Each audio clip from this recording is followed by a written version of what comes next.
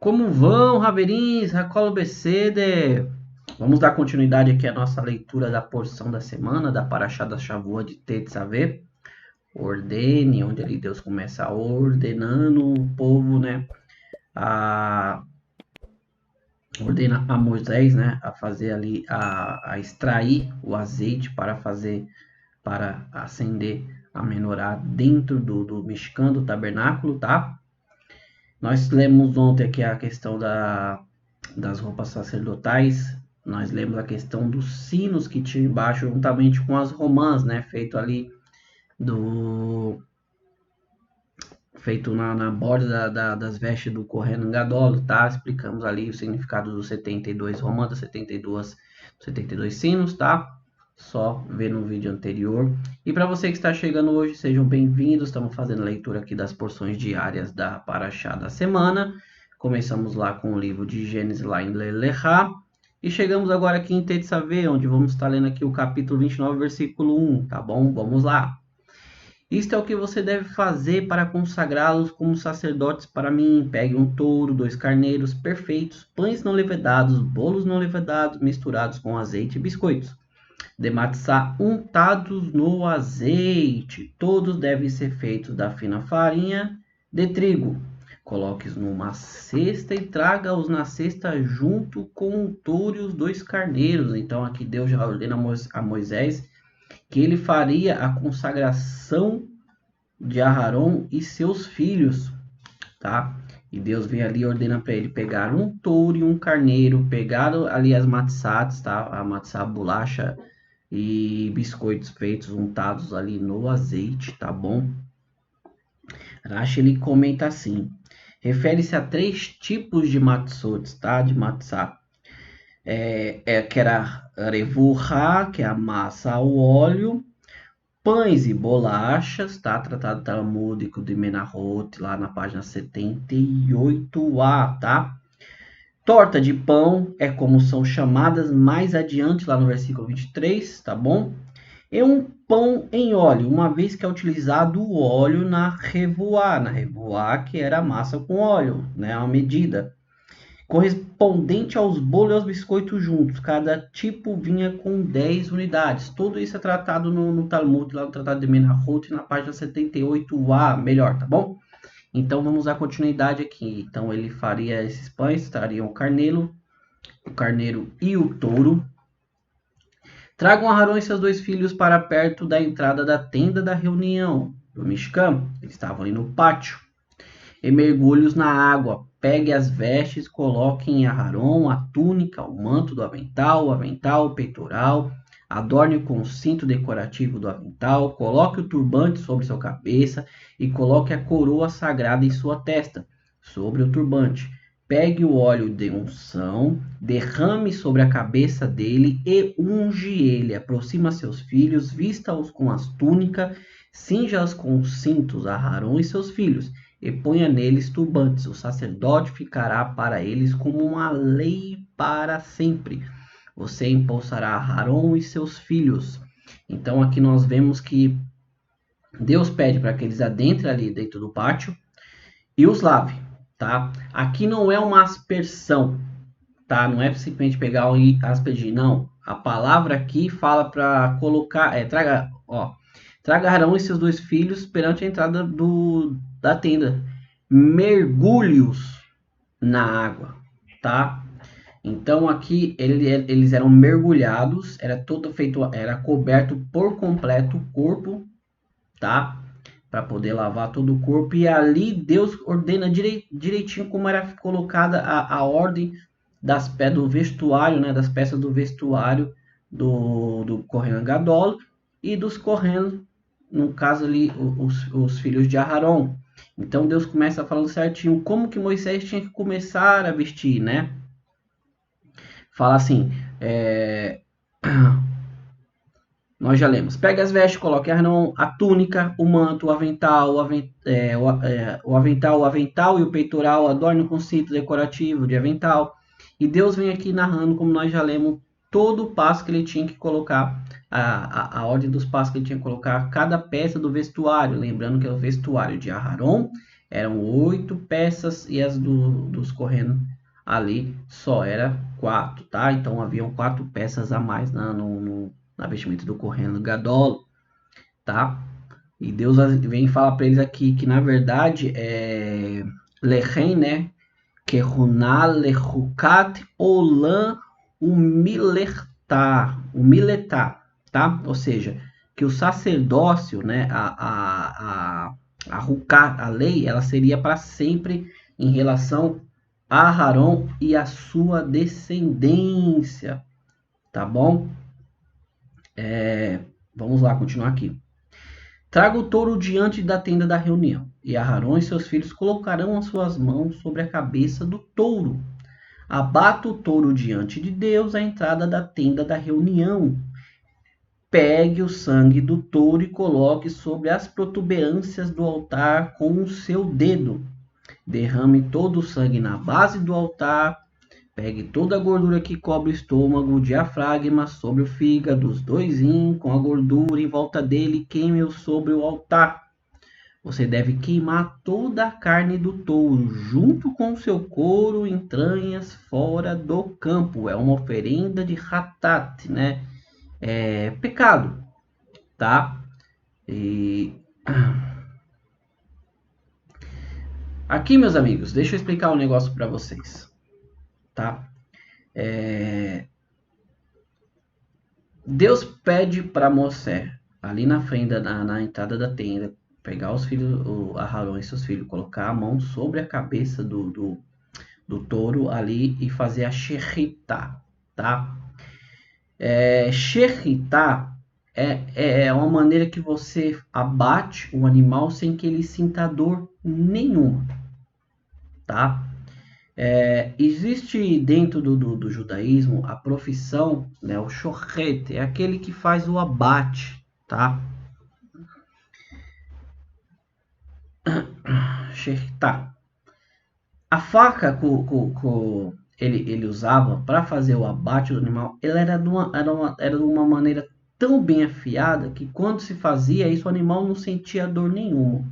Até hoje existem, tá? Para você ver como a palavra de Deus ela é eterna, até hoje existem os profissionais para fazerem isso, tá?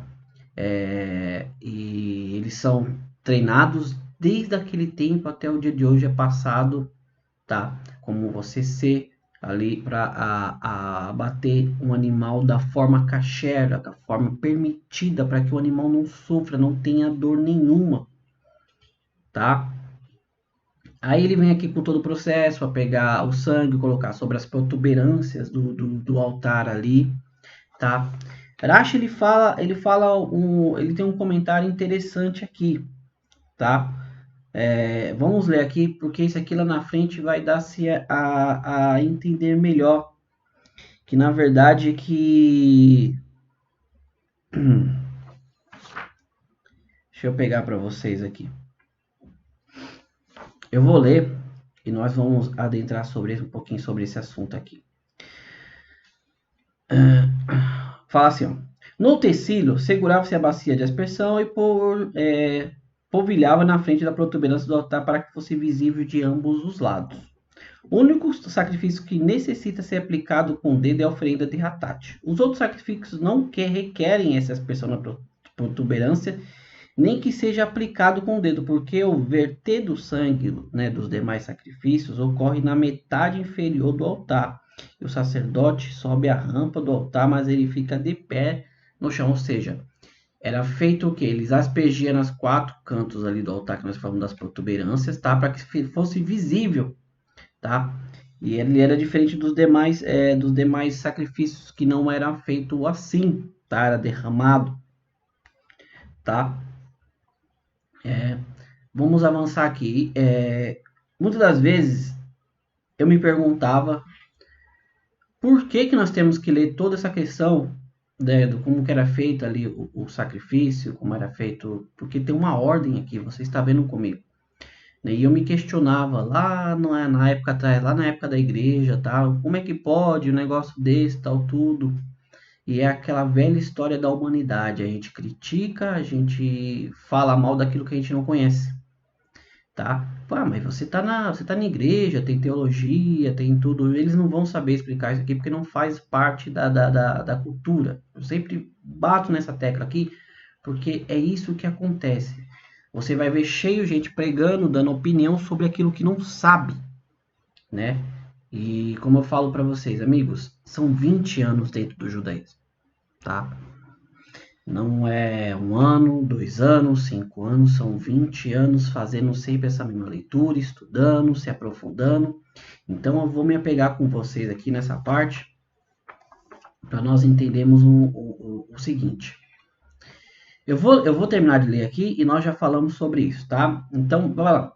Pegue o primeiro carneiro e manda Arão e seus filhos colocarem sua mão sobre a cabeça do primeiro carneiro, tá? Abata o carneiro, pegue o seu sangue e o asperge ao redor do altar, tá?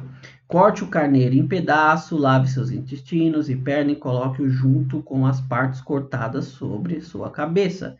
Queime todo o carneiro sobre o altar, é uma oferenda queimada para Deus, um aroma agradável, fogo para Deus. Vamos lá, encerramos aqui. Vamos trazer isso para nós, tá? Meus amigos, então eu estava comentando com vocês, é difícil naquela época você entender isso. Por que é difícil você entender isso? Porque não faz parte da sua cultura, não faz parte da sua criação. Então, o que acontece? Tá? Nesse tempo, existiam, nós já lemos, que ele também comenta sobre isso, quando Aharon ele vai fazer lá ali o primeiro sacrifício, né? De Isaac, e quando é feita ali também a convenção das partes, onde eles separam animais e Deus faz, Deus faz uma aliança com Abraão, sobre que dele nasceria um filho, que viria uma descendência, que Deus estaria com eles ali, que eles ficariam grandes, tá?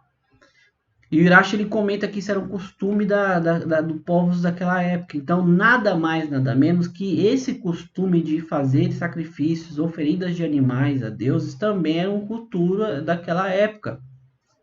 Tá? Só o que difere aqui com o povo judeu? Você vê aqui comigo, você está lendo comigo, que aqui existe toda uma ordem. Tá? Começamos ali com a construção do tabernáculo, de dentro para fora, né? Falando da arca, falando da menorá, falando da mesa, dos pães, dos pães multifacetados. Aí fomos até sair para fora, falamos ali do altar de cobre, falamos ali de toda a construção da área de volta. E agora chegamos nas vestes sacerdotais, como era feito, confeccionado, como que se tinha que colocar cada peça por peça, e chegamos justamente agora. Mas o que você aprende sobre isso? O que você consegue entender sobre isso? Que aqui existe uma ordem, que aqui existe um controle, como tem que ser feito, tá? As nações antigas simplesmente matavam o animal, não importava se ele sofria ou não, não tinha essa questão de faça, corte, lave aqui, coloque isso. Não, ela simplesmente jogava ali e oferecia aos seus deuses. Aqui não. Deus falou, já que vocês vão fazer isso, vocês vão fazer da maneira correta. A primeira coisa que vocês vão fazer em relação ao animal é ele não pode sofrer. Tá? Existem dezenas de leis aqui na Torá sobre a questão de cuidados a animais. Tá?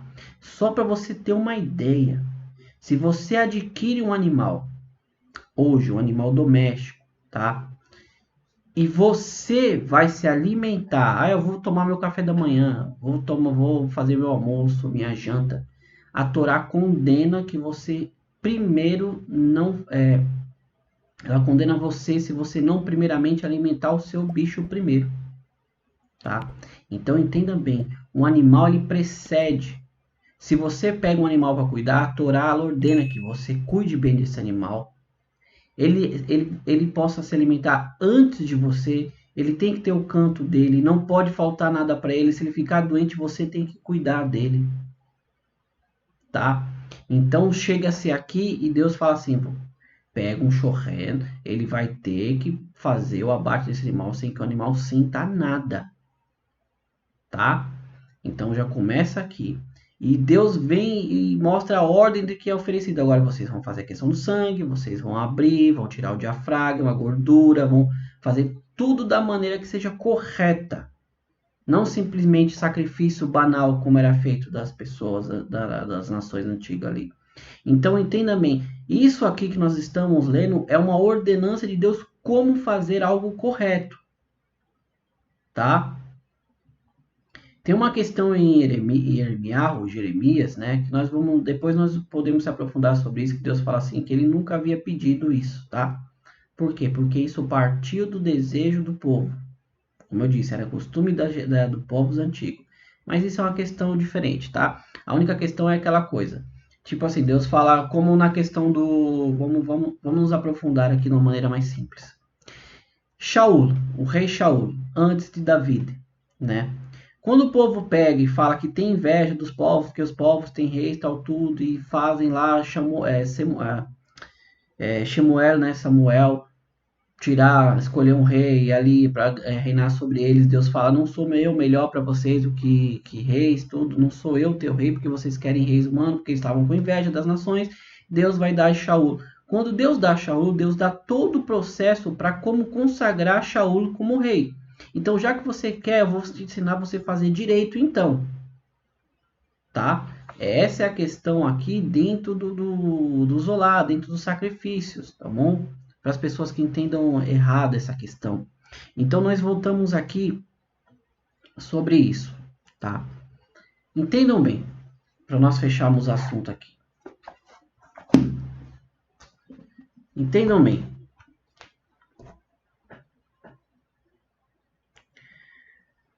Hoje em dia, né? O que é consagração? O que é você ser consagrado? O que é você ser apresentado a Deus? Tá? Como eu falo para vocês aqui, meus amigos, não tem como eu não ser meio taxativo nesse tipo de assunto. Por quê?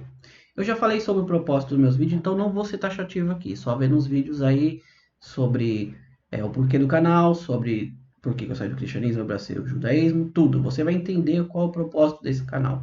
Para você que já está há mais tempo aqui comigo, então você sabe. A minha ideia aqui, o que Deus pediu para mim fazer, o que Deus me deu, foi simplesmente que eu esclarecesse para aqueles que não são judeus. Tá? Então, é aquela velha história. Quem é a melhor pessoa para te explicar o que é direito? Quem é a melhor pessoa para te explicar o que é medicina? Quando você vai estudar direito, você tem que estudar com advogados que estejam formados trabalhando na área, assim como médicos que são formados e trabalham na área. Você não vai aprender medicina, cirurgia com um engenheiro e vice-versa. Tá? É o que eu sou taxativo em falar muito nesse canal. Você não vai aprender judaísmo sem ser com judeu. Ah, mas Mauri, eu fiz Maccabi, eu fiz Mackenzie, né? Eu fiz... desculpa, Maccabi é um grupo que faz aliar, né? Ajuda as pessoas a fazer aliar, aí da Israel. Eu fiz, sei lá, Betel, tudo. Eu estudei teologia, fiz bacharel. Você vai entender superficialmente. Você vai entender história. E essa questão da história é um outro assunto para um outro vídeo, tá? Judaísmo se estuda com judeus.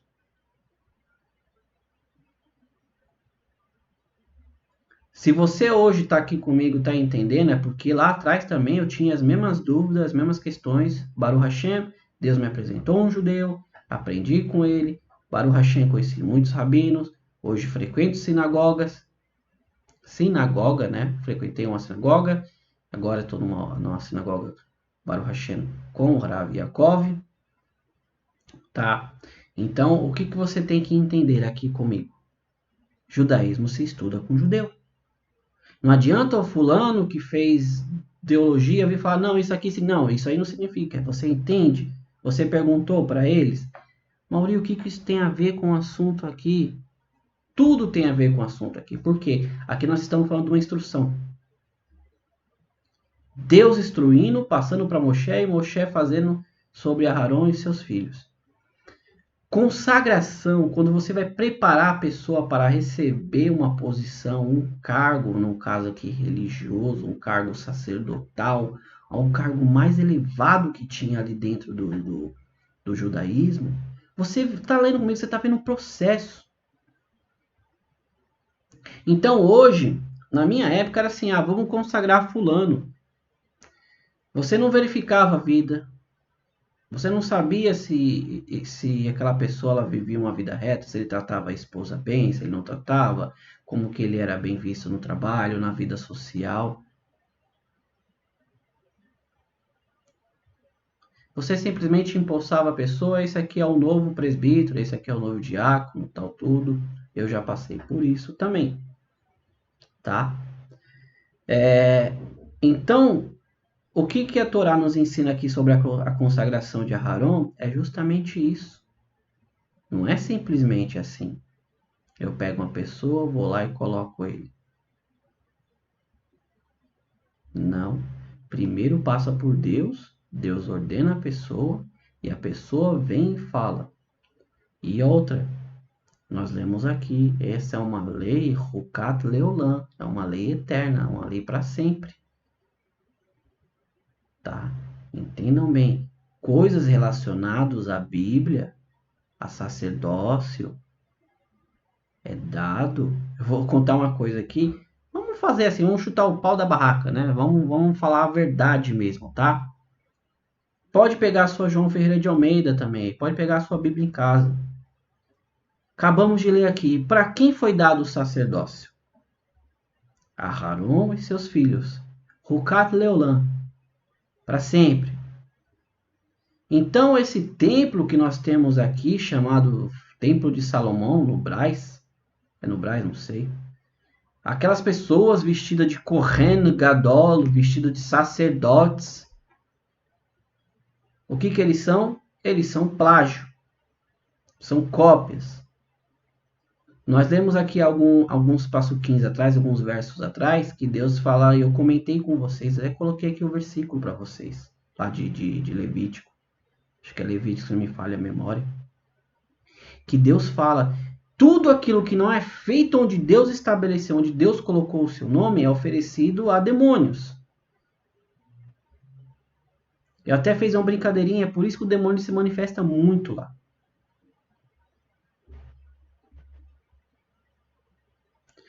Então não tem como, meus amigos, eu estar lendo toda aqui a Torá de Deus, estar lendo as palavras de Deus, e eu simplesmente vim aqui falar não para você, assim não está certo o que está sendo feito. Hukat Leolam é uma lei eterna para Aharon e seus filhos, seus descendentes. Não tem nada a ver com quem nasceu aqui no Brasil. Mauri, mas ele é descendente. Eu não vou entrar sobre esse assunto, tá? Então, se você quer aprender algo dentro daqui, você tem que perguntar para um judeu. Deus vai falar isso lá em Deuteronômio, sobre essa questão de ensinamento. Que não vem nada fora deles, do povo de Israel. Porventura as pessoas esquecem quando elas leem na Bíblia que fala, olha, vamos, né, os povos vão atrás do povo judeu, vamos subir até o templo de Deus, a casa do Deus de Jacó, para que ele nos ensine os seus caminhos, os seus estatutos, no que concerne os seus caminhos. Será que é tão difícil? Eu sei que é difícil, porque na época eu também não entendia isso, porque eu estava sob a influência de algo. Tá, mas Mauri, isso já é a época messiânica. É a época messiânica. É a época em que supostamente o Mashiach estaria. Então, peraí. Por que Deus pede para os judeus ensinar? Será que não caiu a ficha ainda?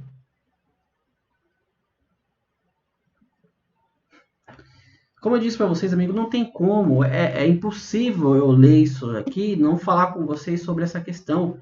Tudo que vem fora do povo da Torá, do povo judeu, é plágio, é cópia. E não é o Mauri, vamos falar assim, não é nem a Torá que está falando, é Deus que falou para Moshe e Moshe passou para a Torá, ou seja, foi Deus que ordenou.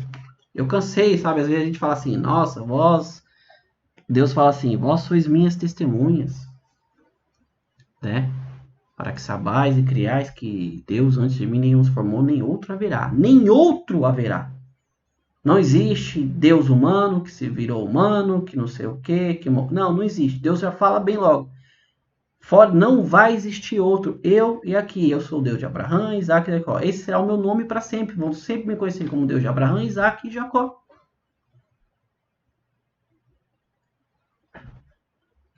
Essa é a mensagem da Paraxá que nós lemos hoje. A consagração de Aarão e seus filhos representa isso, uma ordem que tem que ser seguida.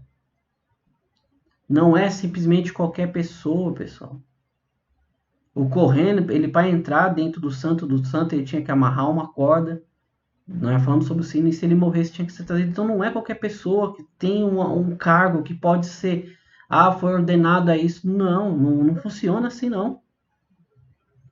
Pode, vamos dizer assim, vamos colocar dentro do mundo, né? Você pode ser ordenado aí na sua fé. Você pode, porque ela não faz parte da fé que Deus instituiu. Então, tranquilo. Nós estamos falando aqui da lei dentro do judaísmo. Tá? Antes que você venha me questionar. É óbvio, não tem nada a ver. As outras religiões não tem nada a ver com o judaísmo. Então, você pode ser consagrado aí da maneira que for. Tá? Fique bem claro isso que eu estou dizendo aqui. Tá bom, meus amigos? Mais uma vez eu vou dar um Todarabá. Agradeço vocês por estar aqui comigo. Tá? Vamos nos aprofundar cada vez mais. Tá? Quando você vai fazer um curso, você vai se preparar por alguma profissão, é óbvio que você faz ali o seu ensino médio, ensino técnico sobre aquilo, e você depois faz uma faculdade, você se gradua naquilo, você pega uma área específica dentro daquilo que você aprendeu. Gente, é a mesma coisa que nós estamos fazendo aqui na leitura da Bíblia. É a mesma coisa. Se você não se aprofunda, você não começa ali lá do começo para poder entender, você vai criar uma salada, você não vai ser um bom profissional. Você não vai ser um bom, vamos dizer assim, um bom Yehudim, um bom Benenoa. Tá? Mais uma vez aqui eu agradeço vocês, tá bom? Essa é a mensagem para nós de hoje. Quando Deus chama, Ele prepara. Quando Deus prepara, Ele dá todo o que você precisa, como Ele deu ali, desde o tabernáculo, as roupas sacerdotais. E quem escolhe, quem faz a separação, não é o homem, é Deus. Tá? Isso aqui nós vamos ver lá na frente, com a questão das duas figuras ali, da Tanha virando, nós vamos ver. Tá bom? Quando a pessoa questiona, não a Moshe, mas questiona a Deus. Amigos, mais uma vês, obrigado. Todarabá Lehitraut. Nos vemos amanhã. Se o Mashiach não vier hoje, que seja hoje. Nos encontraremos em Yerushalayim. Se não, amanhã estaremos aqui de novo com a próxima parte da porção de Tetzaveh. Todarabá Lehitraut. Tchau, tchau.